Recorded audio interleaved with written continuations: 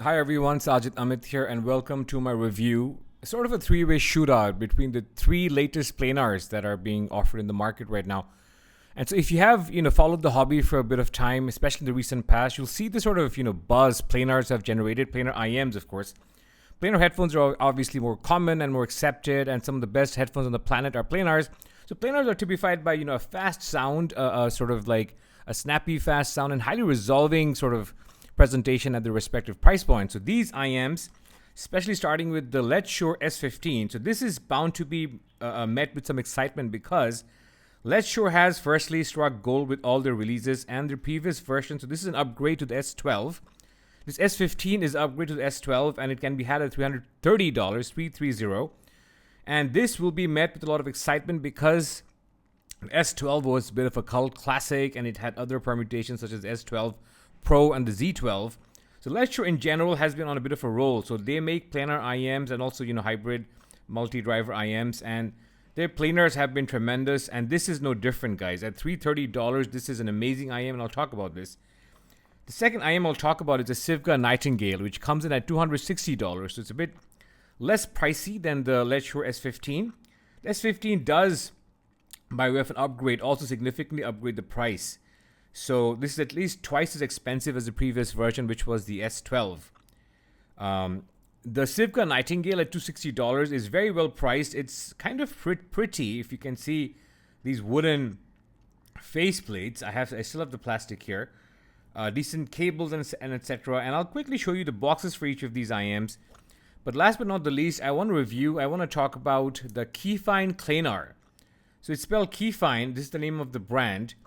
It's not a sub-brand of Sivga, but I did get sent these along with Sivga. And Keyfine does, it's a new brand, but this is their entry-level Klanar. So it's called a Klanar. So Klanar is a planar IEM. So Klanar is not to be confused with planar, but it just sounds interesting, I suppose. So the Klanar, Klanar, comes in at $89, and it's also a very interesting IEM for its price point. So that's what I have for you guys today. 3 planar IEMs, and like I said, if you've been around the hobby, planar IEMs have generated a whole lot of buzz recently. I'll just remove the cable, so it's slightly easier for me to talk about these things. Of course, as long as the cable doesn't take a whole lot of time to remove, because I don't want to waste too much of your viewing time by have you watch me remove cables. And you know what? These will take a bit of time to take off, so I'll just leave the cables as is. Okay, guys. So I'll start with the LETSHUOER. The LETSHUOER S15 has a 14.8 mm planar driver. So this is a large planar driver in the sense that these other two IEMs have 14.5 mm drivers. So a different OEM, as one can tell. It also adds, so LETSHUOER wanted me to let you guys know that they add a 6 mm passive filtering module outside the planar driver, and this technology is a proprietary technology. They call it the Sonic Dynamic Harmonic technology. And so they basically have a way of filtering the sound, which they claim adds to the sound stage and overall performance of this IEM. And it does have a very decent sound stage, and it is a very decent performer. So I'll talk about its tuning and all that. So in general, it has a flush mounted 0.78 dual pin connector. It does have, a detachable jack, so that's something that might interest you. So you can attach a 2.5, a 3.5, and a 4.4 90-degree connector. It comes in a pretty interesting packaging. So this is the box of the S15, the LETSHUOER S15, and it has a bit of a mini Sony style presentation, the Sony Z1R type presentation or the M9 type presentation. The Sony presentation is of course very famous because they have this whole box style system that other IEM manufacturers have since then adopted. So this is basically what LETSHUOER presents their accessories and IEMs with. So you have this portion, and this portion houses the IEMs, this envelope, and then these drawer system. And this is the hockey puck case that stores the IEMs. And this removing it was a bit of a struggle the first time, but you might be familiar with this case style if you've seen other LETSHUOER IEMs. And it's a nice one, guys. It's sturdy and made of plastic, and it screws and unscrews quite easily. So I won't take it out now. But you obviously see the other connectors here. So that's it for the unboxing. Unboxing is nice. So sound wise, guys, this sounds like a Harman tuned IEM, and it's decent for $330. If in case you're wondering whether it is reflective in performance of the upgrade in price from the S12, its predecessor, it is. It's $330, so it's twice as expensive. But I mean, this can be quite price class defining. As a matter of fact, I think this can give a lot of IEMs in the $500 range a run for their money. So this is very resolving. It's Harman tuned, I think, with a little more mid bass is how I hear it. So it's very warm. So I do suspect that the treble is very harmonish in the sense that, so I don't have the frequency response in front of me. So I'm going completely with how I hear this. So this is essentially, how I hear this is a whole lot of sub bass, but I do sense mid bass as well. An overall warm tuning. I do think there's pinna gain and sufficient amount. And there's a bit of a treble roll-off, so that's how I hear the tonality. Overall, guys, it is something that I think will appeal to a large number of people, because a lot of people, I feel like, gravitate towards Harman tuned IEMs because Harman tuned IEMs have an emphasis on the mid-range. And because most of the music is contained in the mid-range, I mean, you do get the perception of clarity and you do get the sense that you're hearing a lot of things, right? So if you are in the audiophile hobby, why wouldn't you want to hear a lot of things? So you hear vocals very clearly, you hear guitars with a lot of clarity, you hear a whole variety of other instruments, right?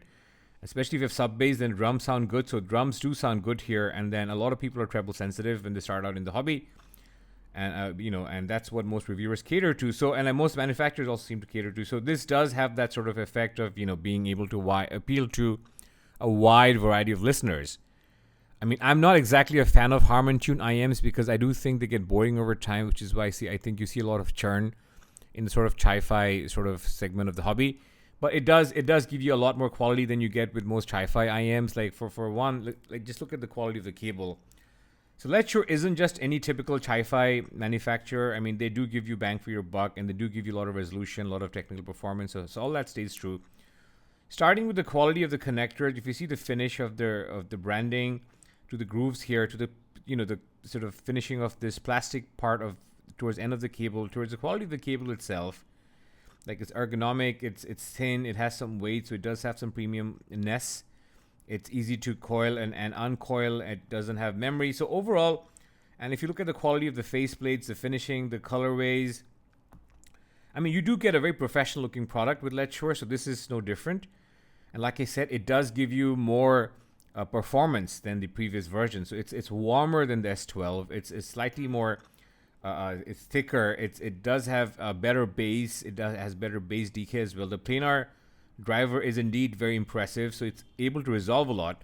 And I would say that it's as resolving as a lot of $500 sort of BA based or dynamic driver based or hybrid IEMs. So I would even compare a Moondrop variations with this. So it's a good performer from LETSHUOER S15. If I'm not mistaken, it's being released on the 1st of December, which is when this review is coming out. 1st of December 2023. And LETSHUOER has, hit one home run after another with their IEMs, and this is no different. It's a very impressive planar, guys. Like, I do tend to buy and keep more expensive stuff, so I wouldn't necessarily say it's for me. But, I mean, if you are looking at this price point, I do think you seriously ought to consider this. And because it's a safe tuning, it doesn't have any treble peaks or such that I perceive, I think you'll do well to buy this. And even if this was a blind buy, like, I don't think many people will regret this as a blind buy. This will do well. I think this will have its market. This will have a secondary market. So this is an IEM that I think will attract a lot of people. So those are my thoughts for the LETSHUOER S15, guys. Upgrade to the S12. Now moving on to the Sivga Nightingale, which has a dual magnetic driver. I'll see if I can remove these cables more easily than I was able to with the Keyfine.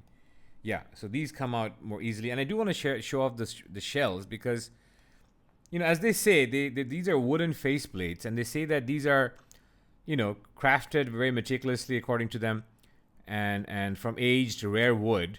They say that has been preserved for numerous years. So there's a plastic cover here, so I'm not sure if you're able to see the texture of the wood, but it's there. It's a nice texture.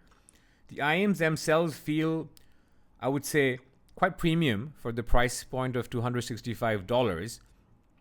There's CNC machining that you see here, good paint work, and I use larger tips than these, but my friend was here, so he was using these tips, And you can see this sort of nice metal work here as well. So overall, guys, these are very interestingly tuned IEMs, and I do applaud our friends at Sivga for this sort of tuning. It reminds me a bit of the Dita Perpetua in the sense that it's not one of those ear gain based tunings, guys. So it has some ear gain energy, and I've seen the frequency response for this. It has a bit of a sub bass roll off. It has some mid bass. Overall, it's tuned warm. It's a warm, laid back, sort of a gentle tuning, which I do think works. But then they have a bit of a treble peak exactly at the right point. If you see the graph, and if you sort of conflate or equate treble peaks with just sharpness and fatigue, then you would be wrong. Because the tastefully done treble peak, especially if you have a flattish frequency response before it runs into the treble peak. So let's say, for example, if you have a flat mid-range, and by that I mean if you don't have a whole lot of pinna gain, a treble peak can have the effect of bringing the mid-range forward, upper mids forward, and more importantly, the treble peak can have the effect of adding more incisiveness to notes and more clarity. So that's what this sounds like. The treble peak here is well done. So there is ear gain. I've seen different graphs, and I think although the graphs look similar in terms of shape, if you look closely, like not all the graphs show the same amount of ear gain, but I do think this has ear gain. It doesn't have as much ear gain as the S15 does, which I just showed you. So it won't be as shouty for some people, but at the same time, what this will make you do perhaps is this will make you listen to these IEMs at a higher volume. So because of the lack of ear gain, you do find yourself turning the volume up, which is fine. It's a warm take on sound reproduction. It's laid back, and I do find it very refined. And shall I say keyfined? But in general, I do think it's a refined sound. And I applaud Sivga for straying from the Harman neutral target and experimenting with their own version of quote-unquote coloration, which I think is tastefully done. So I applaud this. It's a $265 IEM, and I think it's a fairly priced IEM for its price point. It does really well. It's light. If you want to sort of see the unboxing, it's basic. It has a nice outer box. You see this, you see Nightingale being written here.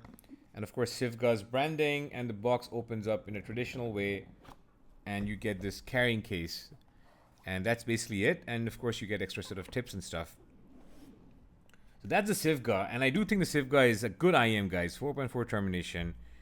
So yeah, I mean, I did like this. I do think it's laid back. It doesn't sound as recessed as it might graph on certain graphs. And I don't think the treble peak that you might see on certain graphs is something to worry about because it's not very evident, but it does have the very important effect of complementing the laid-back signature and adding incisiveness to the edge of notes. So you get a more refined experience. So $265, this is a good IEM, guys. I would recommend it with the caveat that if you're a Harman lover, then you're better off going for our friends here from LETSHUOER S15. Okay, if you're a Harman lover but don't want to spend a whole lot of money, as a matter of fact, you want to spend more than $100, all you have is $90, or you don't want to spend more than $90, then the Kefine Klanar or Klanar is really, really interesting. I mean, I haven't listened to a whole lot of IEMs under the $100 price point, especially not Planars, so that's that. And there's a bit of a plastic cover here as well. It's a nice CNC machined aluminum a faceplate. It doesn't look as cheap as it is. It doesn't look as cheap as $90.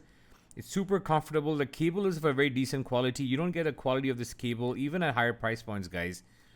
So I applaud the Keyfine guys for this entry-level product. It looks nice. It feels nice. It sounds nice. It won't out-resolve IEMs like the Nightingale or the S15, of course. But what it'll do is that it does give you tremendous bang for your bucks. This is also somewhat Harman tuned. It has a sub-bass shelf. It has a pinna gain, and it's a very warm treble. One of my friends who tried all three was jokingly saying how this is the best of the lot, which I don't think is the case because it's only $90 and you won't get the performance here to beat a $500 or $300 IEM rather. But I say that just to make the point that a $90 IEM you should not just sort of rule out, because especially if that's your budget. I mean, this is a good planar IEM for this budget. I mean, so they have thought this through. They have made the ear housing as small as possible. apparently very thin wall. It's only 2.mm, which just to ensure the most comfortable wearing. Its bass is not the most powerful, but it's present for sub bass. It does have tactility and impact. The mids are warm, like I said, and clear. The treble is smooth. It is quite good for long time listening, and you won't get fatigue. As a matter of fact, all these IEMs are very good for long time listening without fatigue. Like, none of these IEMs here have any issues with their treble, which I think is something interesting. And because with a lot of Chinese IEMs, you often run into the issue of having a metallic or a plasticky treble that just rubs people the wrong way, or rubs me the wrong way. I like treble, but I like my treble to be well done and smooth. So whether you're talking about the S15s, which I think will be a hit, or the Sivga Nightingales, which have a very different, unconventional tuning, which, like I said, I respect. I think I consider the tuning refined. I consider more Harman type tunings more bland, and oftentimes I even consider them more banal.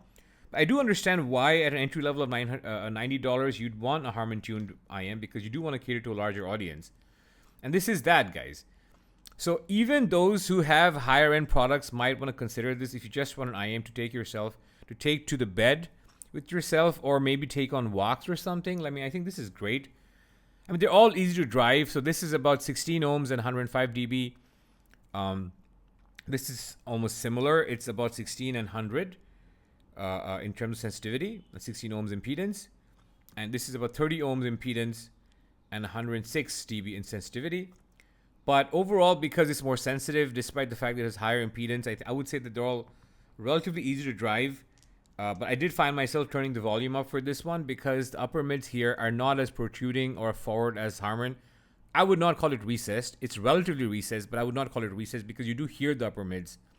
Like, there's vocal clarity here.